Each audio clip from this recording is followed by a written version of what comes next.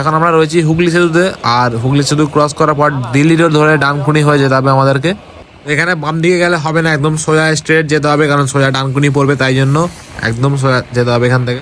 তো ডান দিকে সব পার্কিং হয়েছে, বিশ্ব ইজতেমা ময়দানে আসবে যারা তাদের জন্য পার্কিং করেছে এদিকে।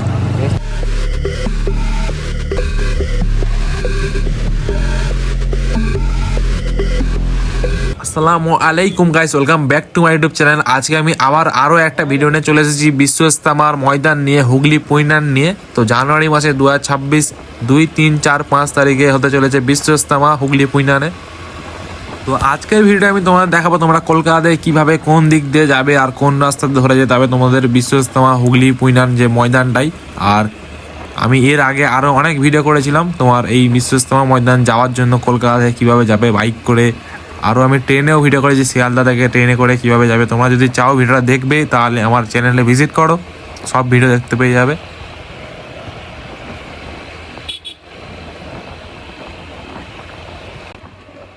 গুগল ম্যাপসে দেখাচ্ছে, দেখতে পাচ্ছ তোমরা স্ক্রিনের মধ্যে রয়েছে যে 57 কিলোমিটার রাস্তা, এখান থেকে 1 ঘন্টা 20 মিনিট লাগবে দেখাচ্ছে হুগলি পুইনান যাওয়ার জন্য। আর আমি এখন রয়েছি বিদ্যাসাগর সেতুতে, এই মুহূর্তে রয়েছি, মানে যেটা হুগলি সেতু বলে সবাই, ঠিক আছে। আর এখান থেকে তো 1 ঘন্টা 20 মিনিট লাগবে, দেখালো এক্ষুনি দেখতে পেলে তোমরা।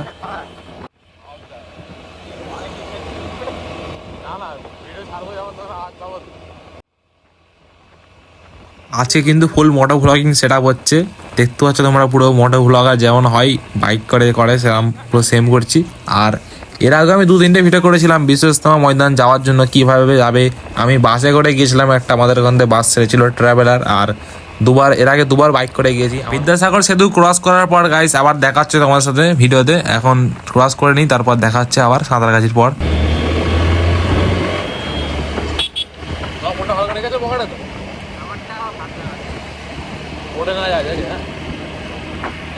হালকা ভাব করে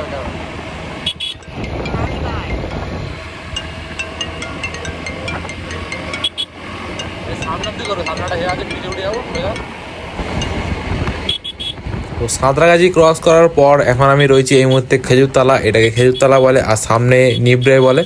ওই সামনে গেলে নিবড়ে পড়বে। আর এখান থেকে কিন্তু সামনে একটা মানে মোড় মতন আছে, মোড় না, একটা ব্রিজ উঠে যাবে সোজা দিল্লি রোড, আর বাম দিকে যেটা যাবে কোলাঘাট উলুবেড়িয়া সব যাবে বাম দিকে।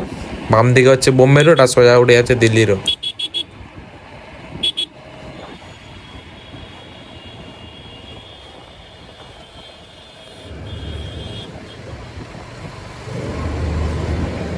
গাইস আমি এই জায়গাটার কথা বলছিলাম, এই যে বাম দিকে রাস্তাটা যাচ্ছে এটা কিন্তু বোম্বে রোড, আর সোজা যেটা উঠছে এটা দিল্লি রোড। দিল্লি রোড ধরে যেতে হবে তোমাদেরকে, বাম দিকে গেলে হবে না, কারণ বাম দিকে হচ্ছে উলুবেড়িয়া, কোলাঘাট, পাঁচলা, ধুলাগড় এই দিকে পড়ে, অঙ্কুরহাটি বাম দিকে পড়ে, ঠিক আছে।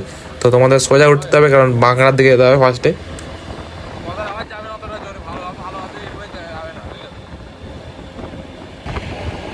আর এই রাস্তা দিয়ে গেলে কিন্তু গাইস এই জায়গাটা খুবই ভালো লাগে, কারণ এই জায়গাটা টার্নিং মতন ন্যাশনাল হাইওয়ের ওপরে একটা ভালো জায়গাটা, এই জন্য এই জায়গাটা খুবই ভালো লাগে বাইক চালাতে এখানটায় করে। দেখতে পাচ্ছ তোমরা পুরো ফাঁকা রাস্তা, কারণ ন্যাশনাল হাইওয়ে খুব কম গাড়ি চলে, বেশিরভাগ বড় গাড়ি চলে।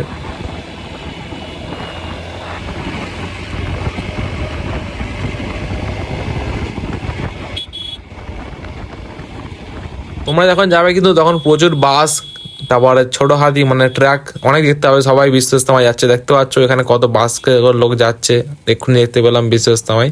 এখনো আরো দেখতে পাবো রাস্তায় আরো অনেক।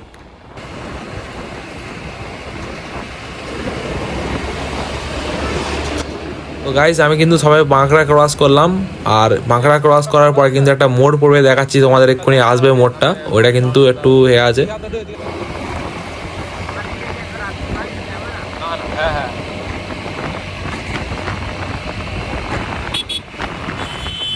এই যে সামনে এই মোড়টা দেখতে পাচ্ছ, এই মোড়টা কিন্তু একটু, কারণ আমি বলছি যে বাম দিকে রাস্তা আছে এটা যাবে না, সোজা যাবে, কারণ সোজা যারা আছে তোমার দিল্লি রোড। আর বাম দিকে রাস্তা একটু যেটা গেল ওটা একদমই যাবে না, কারণ ওটা যাবে তোমার দক্ষিণেশ্বর বালি ব্রিজ, ওদিকে যাবে, কলকাতা ঘুরে যাবে। মানে ওই যে বাম দিকে রাস্তা যেটা গেল ওটা হচ্ছে তোমার দক্ষিণেশ্বর টেম্পল আছে, ওখানে যাবে বালি ব্রিজ, তারপর ওদিকে দমদম এয়ারপোর্টে যাওয়া যায়, ওইটা ওই জন্য যাওয়ার রাস্তা দিয়ে আছে, কিন্তু ওইটা গেলে হবে না, সোজা যেতে হবে ডানকুনির দিকে। এদিকে আমি এখন ডানকুনির দিকে যাচ্ছি, তাই জন্য।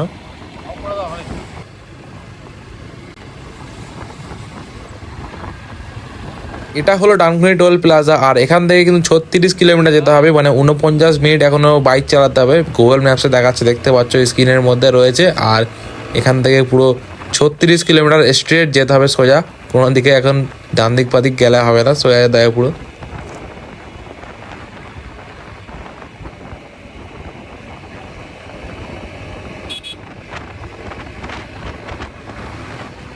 তো হাইওয়েতে কিন্তু গাড়ি চালানোর মজাটাই আলাদা, কারণ পুরো ফাঁকা রাস্তা থাকে, পুরো একদম স্পিড। আর এই ডান দিকে যে গাড়িটা গেল এক্ষুনি দেখতে পেলে গাড়ি, এক্ষুনি যে গাড়িটা ডান দিকে গেল ওটা ডুকাটি সুপার বাইক গাড়ি।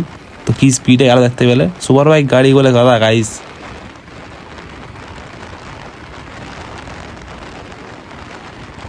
আর অনেকে হয়তো ট্রেনে করে আসবে, সবাই তো আর গাড়ি করে আসবে না, কারণ প্রচুর দূর হয়ে যাচ্ছে, বর্ধমান লাইন পড়ে যাচ্ছে পুরোটা, মানে বিশ্বস্তমান ময়দান হুগলি পুইনানটা অনেকটা বর্ধমান সাইড হয়ে যাচ্ছে।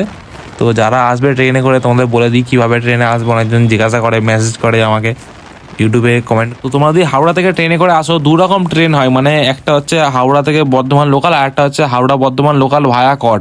আর হাওড়া বর্ধমান লোকাল যদি ট্রেন ধরো তাহলে তোমার লাভ দেবে চুচুড়া স্টেশন। আর হাওড়া থেকে মানে আবার একটা ট্রেন আছে যেটা হাওড়া থেকে হাওড়া বর্ধমান লোকাল ভায়া কট, ওটা যদি ধরো তাহলে ওটা ধরলে তোমাদের ধনিয়াখালি হল্ট স্টেশন নামতে হবে। তো ওটা ধরলে কিন্তু ওখান থেকে আর 5 মিনিট লাগবে হয়তো, টোটো করে পৌঁছে যাবে তোমরা।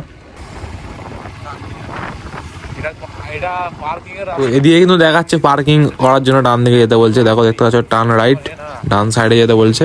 এদিকে সব পার্কিং হয়েছে, এটা কিন্তু অনেকটা আগে, মানে বিশেষ তোমার আরেকটা মোড় পড়ে সেটা আগে কিন্তু, কারণ এটা অনেক জায়গা লাগবে না, তাই জন্য এটা একটু অন্য মানে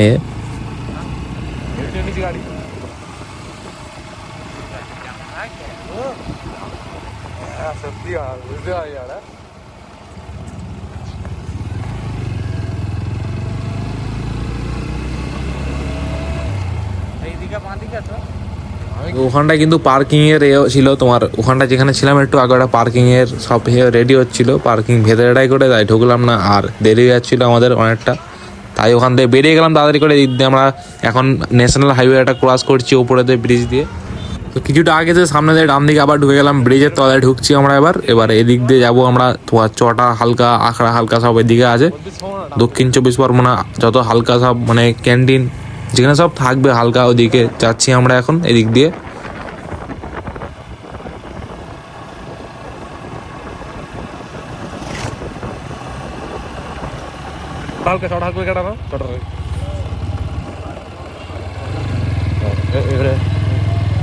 তো তোমরা দেখতে পেলে এক্ষুনি এখানে দেখাচ্ছে দক্ষিণ 24 পরগনা, তারপরে হাওড়া, চটা, আখড়া, সব সন্তোষপুর, এদিকে কিন্তু হালকা ডান দিক দিয়ে যেতে হচ্ছে। তাই এখানে কিন্তু অনেক দোকানও বসেছে ডান দিকে মাঠে, দেখতে পাচ্ছ তোমরা। আর আমার দুটো বন্ধু এসেছে বাসে করে, তারা ওখানে আছে, আমরা বাইক করে যাচ্ছি দুজনা এখন।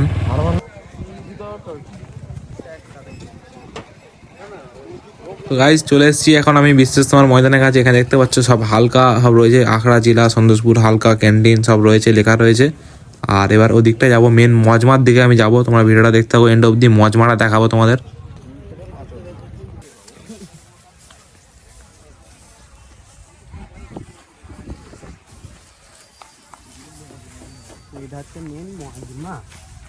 এটা কেন সেই মেন মানে ওইদিকে আছে, ওইদিকে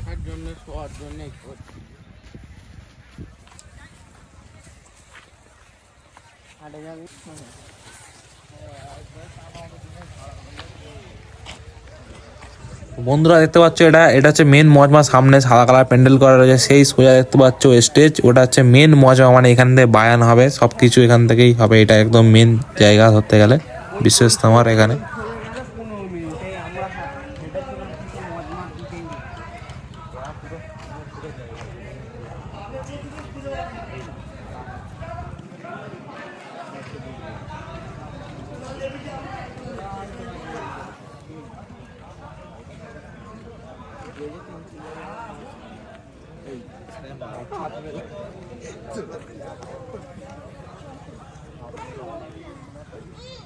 আছে নাকি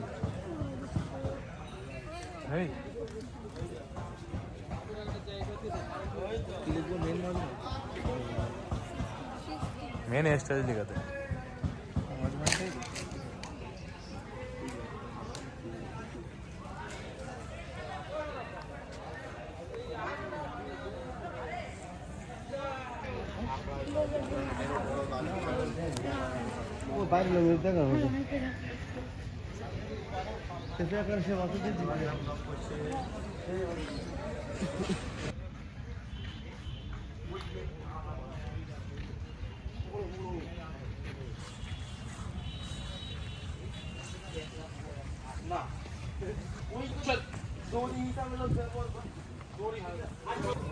তো এখানে কিন্তু সব কাজ কমপ্লিট হয়ে গেছে, দেখতে পাচ্ছ। এখানে অজুখানা, তোমার কল, তারপর তোমার বাথরুম, হালকা, মানে এই হালকা যেগুলো দেখতে পাচ্ছ এগুলো হালকা, সব প্যান্ডেলগুলো হালকা বলে, এগুলো ক্যান্টিন, ঠিক আছে, সব কিন্তু কমপ্লিট হয়ে গেছে কাজ।